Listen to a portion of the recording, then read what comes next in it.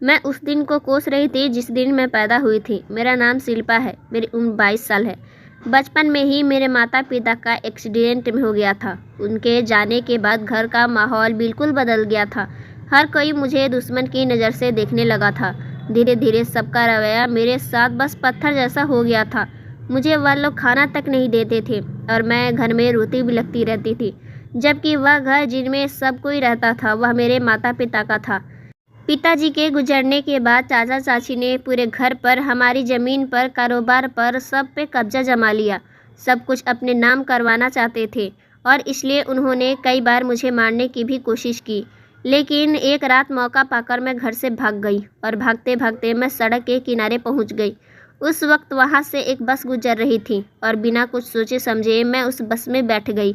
बस थोड़ी ही दूर चली थी और बस कंडक्टर मेरे पास आया और कहा, टिकट चाहिए मैडम। मैं उससे अपना चेहरा छुपाने की कोशिश कर रही थी, लेकिन वह मुझे पहचान गया था और उसने चाचा को खबर कर दी कि मैं घर से भाग रही हूँ। बस 1 घंटे तक रुकी थी और डर की वजह से मेरी सांसें भी थम चुकी थी कि चाचा तो आज मुझे जान से मार ही डालेंगे। कि तभी चाचा गांव के 4-5 आदमियों के साथ मुझे लेने आ गए। चाचा का चेहरा गुस्से से लाल हो गया था, लेकिन उस वक्त चाचा ने मुझसे सबके सामने कुछ नहीं कहा। लेकिन घर ले जाने के बाद उन्होंने मुझे बहुत मारा और धमकी देते हुए कमरे में बंद करके चले गए कि कल का दिन तेरा इस गांव में आखिरी दिन होगा। बहुत शौक है ना तुझे भागने का? तुझे तो कल सुबह मैं बताता हूँ। कल से तेरी ज़िंदगी नर्क बन जाएगी। चाचा की बातें सुनकर मेरा दिमाग सुन्न पड़ गया था। मेरी आंखों से आंसू बहने लगे थे। मैं कुछ समझ नहीं पा रही थी कि आखिर कल मेरे साथ क्या होने वाला है। यही सोचकर मेरे रोंगटे खड़े होने लगे थे और रोते रोते ना जाने कब मेरी आंख लग गई। सुबह मेरी आंख कमरे के दरवाजे की आवाज़ से खुली। अपने सामने चाचा को खड़ा पाके मैं पूरी तरह डर गई थी कि अब मेरे साथ वह क्या करेंगे। और तभी चाचा मुझे घसीटते हुए बाहर ले आए और बड़ी बेरहमी से मुझे एक बड़ी गाड़ी में भेज दिया, जैसे कूड़े कचरे को फेंकते हैं। यह गाड़ी मुंबई जा रही थी और मेरे साथ गाड़ी में और भी लड़कियां मौजूद थी। मैं समझ नहीं पा रही थी कि आखिर यह सब हो क्या रहा है। फिर मुझे पता चला कि हमें बेच दिया गया है एक कोठे चलाने वाली को, और यह सुनते ही मेरे पैरों तले से ज़मीन निकल गई थी कि मेरे सगे चाचा ने दौलत के लालच में अपनी भांजी के साथ इतना बड़ा घटिया काम किया है। शिल्पा ऊपर खिड़की में खड़ी अतीत की यादों में खोई हुई थी। मुंबई शहर की आखिरी गली शाम होते ही रंगीन होने लगी थी। दिन में वह किसी विराट बस्ती की तरह कम नहीं दिखती, पर शाम होते ही किसी दुल्हन के जैसे नजर आने लगती थी। यह शहर की सबसे बदनाम गली थी, जहां शरीफ लोग बस रात के अंधेरे में आया करते थे। आज शिल्पा बहुत उदास लग रही थी और ऊपर खिड़की में आकर अकेले ही खड़े होकर वह आते जाते लोगों को देखे जा रही थी और सोच रही थी कि कैसे कुछ ही सालों में उसकी ज़िंदगी पूरी तरह बदल के रह गई और वह इस बात से बिल्कुल भी अनजान थी कि उसकी ज़िंदगी फिर से आज बदलने वाली थी। फिर से एक नया मोड़ आने वाला है। सोचते हुए उसने सिगरेट जला लिया। शिल्पा 22 साल की खूबसूरत लड़की थी, जिसको उसके ही चाचा ने खानदानी दौलत के लालच में आकर एक कोठे के हाथों बेच दिया था। शिल्पा ने बहुत कोशिश की इस गंदे जगह से बाहर निकलने की, लेकिन हर बार उसका किस्मत उसे धोखा दे देती थी। उसकी बहुत पिटाई भी होती थी। ऐसी पिटाई होती थी कि 2 दिन तक तो उसको होश ही नहीं आता था। एक बार जो उसे कोठे पर आ जाता था, उसका वापस जाना नामुमकिन ही होता था। शिल्पा के अलावा भी यहाँ पे न जाने कितनी और लड़कियाँ थीं। कुछ धोखे से आई थी, कुछ मजबूरी के कारण, तो कुछ अपनी मर्जी से आई हुई थी। पहले तो सब यहाँ से भागने की कोशिश करती, लेकिन बाद में सब इसी को अपनी किस्मत समझ लेती थी। सुषमा ताई, इस कोठे की मालकिन, इनको खरीदने और बेचने का काम किया करती थी। उसकी मर्जी के बिना यहाँ एक पत्ता भी नहीं हिलता था। यहाँ तक कि पुलिस भी सुषमा ताई से डरती थी। अचानक एक हाथ जाकर शिल्पा के कंधे पर पड़ा। शिल्पा अपनी अतीत की दुनिया से बाहर आई। उसने देखा उसके सामने 24 साल का एक खूबसूरत नौजवान खड़ा था। उसने आंखों के इशारे से शिल्पा को कमरे में चलने के लिए कहा। शिल्पा ने सिगरेट फूंकी और उसके साथ चली गई। सारी रात को शिल्पा के बदन से खेलता रहा और सुबह होते ही उसने खुश होकर शिल्पा को 5,000 रुपये थमा दिए। शिल्पा ने 2,000 रुपये वापस कर दिए तो वह शिल्पा से कहने लगा, अरे रख लो, तुम्हारे लिए ही है। शिल्पा ने कहा, नहीं साहब, हराम का खाने की आदत नहीं है, अपनी जितनी काम उतने ही पैसे। तो वह सुनकर उसने शिल्पा से उसका नाम पूछा, लेकिन शिल्पा बोली, नाम जानकर क्या करोगे साहब।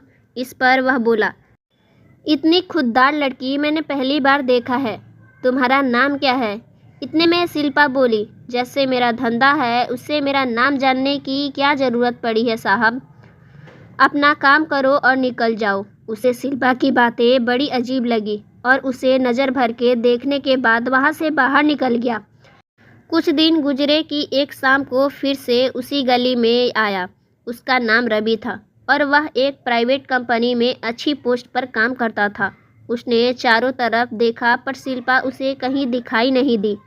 ऊपर गया तो ऊपर जाते ही लड़कियों ने उसे घेर लिया। हर कोई उसकी मेहमान नवाजी को तैयार था। तभी सुष्मिता ताई ने सबको दूर करते हुए कहा, अरे लड़कियों हटो, और रवि की तरफ देखते हुए कहने लगी, कौन सी लड़की चाहिए, जिस पर उंगली रखोगे वह तुम्हारी। रवि बोला, वह कहाँ है। सुष्मिता ताई बोली, वह कौन साहब, उसका नाम तो बताओ। तो वह कहने लगा कि उसने अपना नाम नहीं बताया था अपना। इतने में वहाँ शिल्पा आ गई।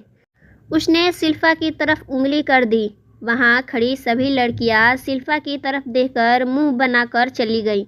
पता नहीं उसको शिल्पा में क्या दिख गया है। शिल्पा रवि के साथ अंदर कमरे में चली गई, लेकिन उसने उसके साथ कुछ भी नहीं किया, बस चुपचाप बैठा हुआ था। तो यह देखकर शिल्पा बोली, ऐसा क्यों देख रहे हो साहब, जिस काम के लिए आए हो वह करो और निकल जाओ। शिल्पा ने ब्लाउज खोलते हुए कहा। तो रवि कहने लगा, तुम इतनी खूबसूरत हो कि कोई भी तुम्हारे लिए अपनी जान देने को भी तैयार है, फिर इस दलदल में किस लिए हो। शिल्पा ने उसे देखते हुए बोली, मैं तुम्हारे हर सवाल का जवाब देना ज़रूरी नहीं समझती, मेरा काम है नुमाइश करना। इस पर रवि कहने लगा, पर आज मैं तुमसे खेलने नहीं आया हूँ।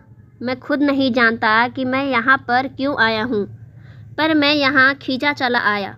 तुम्हारे बारे में जानने की इच्छा होने लगी। रवि यह कहते ही बिस्तर पर लेट गया।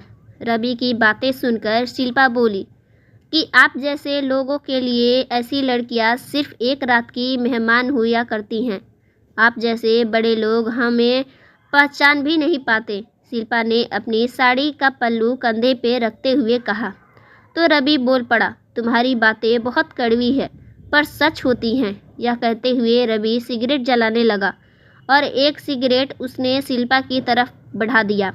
रवि कुछ देर बैठा रहा पर शिल्पा ने उसका हर बात को घुमा घुमा के जवाब दिया, मानो वह जवाब देना ही नहीं चाहती थी। रवि ने जेब से 1,000 रुपये निकाले और शिल्पा की तरफ बढ़ा दिया। शिल्पा बोली, जब कुछ किया ही नहीं तो फिर पैसे किस बात के। तब रवि ने वह पैसे अपने पास रख लिए और फिर वहाँ से चला गया। शिल्पा भूत बनी वहीं खड़ी रही। इतने सालों में उसके साथ पहली बार हुआ था कि कोई ग्राहक बिना उसे खरोचे वापस चला गया। हर रात उसका सामना नए नए लोगों के साथ होता था। शिल्पा सोच में डूबी हुई थी कि तभी उसकी सहेलियां वहां पर आ गई। क्या बात है, आजकल तो मैडम छा गई हुई हैं गली में। शिल्पा ने बिस्तर पे गिरते हुए उससे कहा कि कोई बात नहीं है, रोज का कस्टमर है तो आ गया। उसकी सहेलियों ने उसके पास बैठते हुए कहा, वैसे तेरा यह वाला कस्टमर है बड़ा स्मार्ट। कोठी की सारी लड़कियां तैयार हैं, लेकिन एक वह है कि उसे तुझसे फुर्सत ही नहीं मिलती। उसने मुंह बनाते हुए कहा। तो शिल्पा ने कहा, अरे अरे मुंह क्यों बना रही है, कस्टमर है, कौन सा मेरा आशिक है जो तुम लोग इतना जल रही हो। कुछ देर इधर उधर की बातें होती रही, फिर दोनों बाहर चली गई। इधर रवि का बुरा हाल था। वह शिल्पा के बारे में ही सोच रहा था।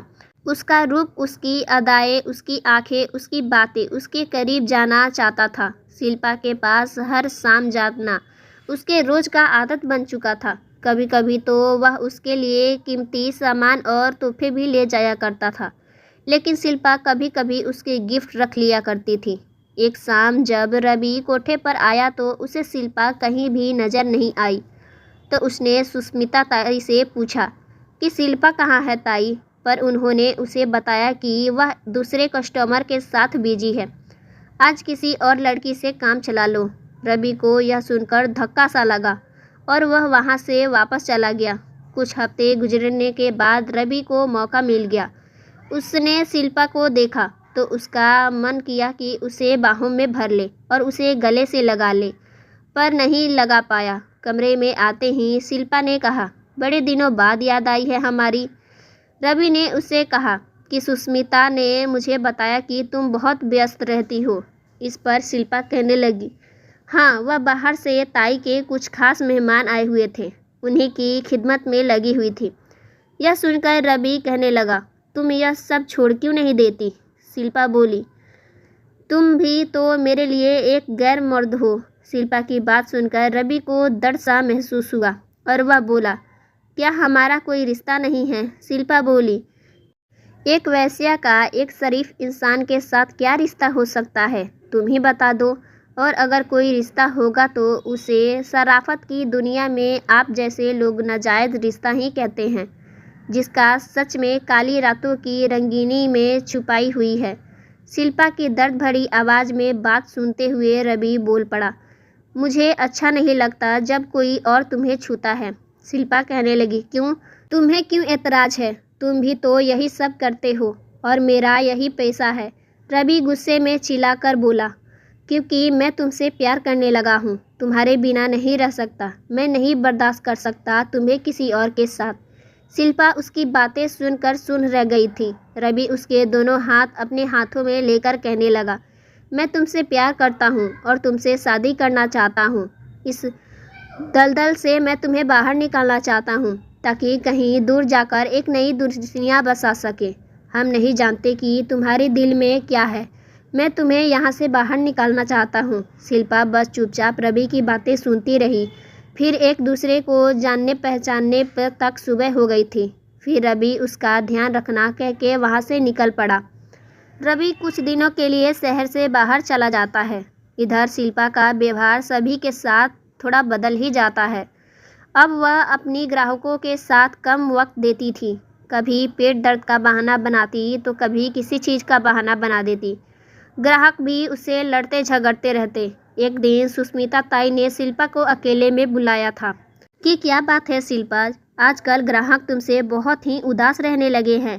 तब शिल्पा ने कहा, मेरा मन नहीं करता। यह सुनकर सुष्मिता ताई बोली, शिल्पा, सब जानती हूँ तेरा मन क्यों नहीं लगता। आजकल तेरा मन उस लड़के में जो लग गया है, कहीं मोहब्बत तो नहीं हो गई। शिल्पा, यहाँ आ और मेरे पास बैठ। शिल्पा, हमारे धंधे में यह सब नहीं चलता। शिल्पा ने अपना सर ताई के घुटनों पे रख दिया और कहने लगी, वह शादी भी करना चाहता है मुझसे। इतने सालों में मुझे कभी भी एहसास ही नहीं हुआ।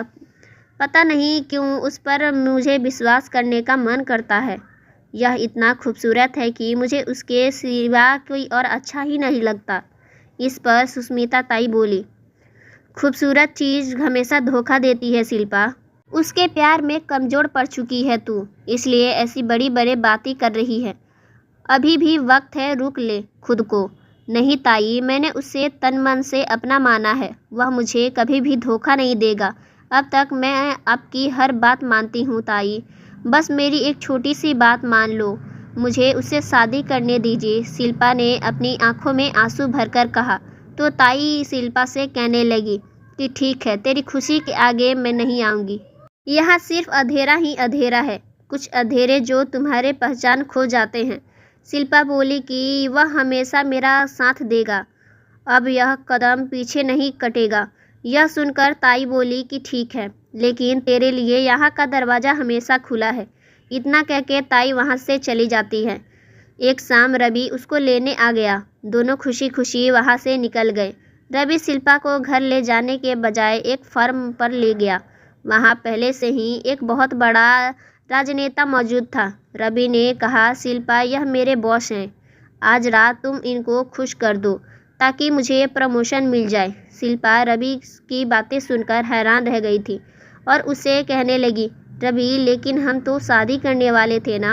रवि हंसने लगा, शादी और तुमसे? वैश्याओं की कभी शादी नहीं होती शिल्पा, उसकी तो हर रात सुहागरात होती है, और वह भी नए नए लोगों के साथ, समझी। और इतना कहकर उसे अपने बॉस के कमरे में धकेल दिया और दरवाज़ा बंद कर दिया। वह रोती रही और चिल्लाती रही, उसकी चीख सुनने वाला वहाँ कोई नहीं था। रवि का बॉस भूखे सेठ की तरह उस पर टूट पड़ा। उसे जिस्म के साथ साथ उसका भरोसा भी चकनाचूर हो गया था। शिल्पा उसके सामने बेबस हो चुकी थी, जिंदा लाश की तरह बिस्तर पे पड़ी रही। उसकी आंखों से किनारे से आंसू भी बह रहे थे, उसके जिस्म से खेले जा चुके थे। और रवि का बॉस बाहर आते ही रवि के कंधे पर हाथ रखते हुए कहा, रवि मज़ा आ गया, ऐसी बला की खूबसूरत तो मैंने पहली बार देखी है। रवि कहने लगा, थैंक यू सर, यह नया तोहफा तो सिर्फ आपके लिए ही था। बहुत ही पापड़ बेलने पड़े हैं इसके लिए, तब जाकर मिली है। तब तो मेरा प्रमोशन पक्का है ना सर? बॉस ने कहा, अरे भाई बस 1-2 बार और इस फूल का रसपान कर लो, उसके बाद तुम्हारा प्रमोशन पक्का है। यह कहकर बस वहाँ से चला गया। रवि संतुष्ट भाव के लिए वहाँ पे खड़ा सिगरेट जलाने लगा। तभी शिल्पा लड़खड़ाते हुए वहाँ आती है और रवि से कहने लगी कि तुमने मुझे धोखा दिया है। तो रवि कहने लगा कि तुम पैसों के लिए यह सब पहले से ही करती हो, आज और कर लिया तो क्या फ़र्क पड़ता है, और फोकट में नहीं करवाया है, पैसे मिल जाएंगे। मैं तुम्हें जब जब कहूँ तब तब तुम्हें मेरा साथ देना होगा, तुम्हारी लाइफ बना दूंगा। शिल्पा कहने लगी, और शादी? रवि बोला, वैश्याओं की कभी शादी नहीं होती शिल्पा। यह कहकर वह वहाँ से जाने लगा। तभी शिल्पा पीछे से रिवॉल्वर उसकी कमर पर रख दी और धीरे से उसके कान में बोली, वैश्याओं की शादी नहीं होती, पर उसके सीने में दिल जरूर होता है।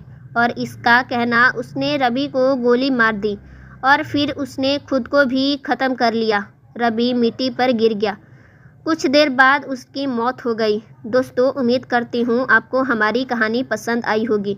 कहानी पसंद आई है तो वीडियो को लाइक करें, चैनल पर नए हैं तो चैनल को सब्सक्राइब करें, और हाँ, नोटिफिकेशन बेल को ज़रूर प्रेस करें ताकि हमारी अपडेट सबसे पहले आप तक मिले। So friends, thanks for watching my video.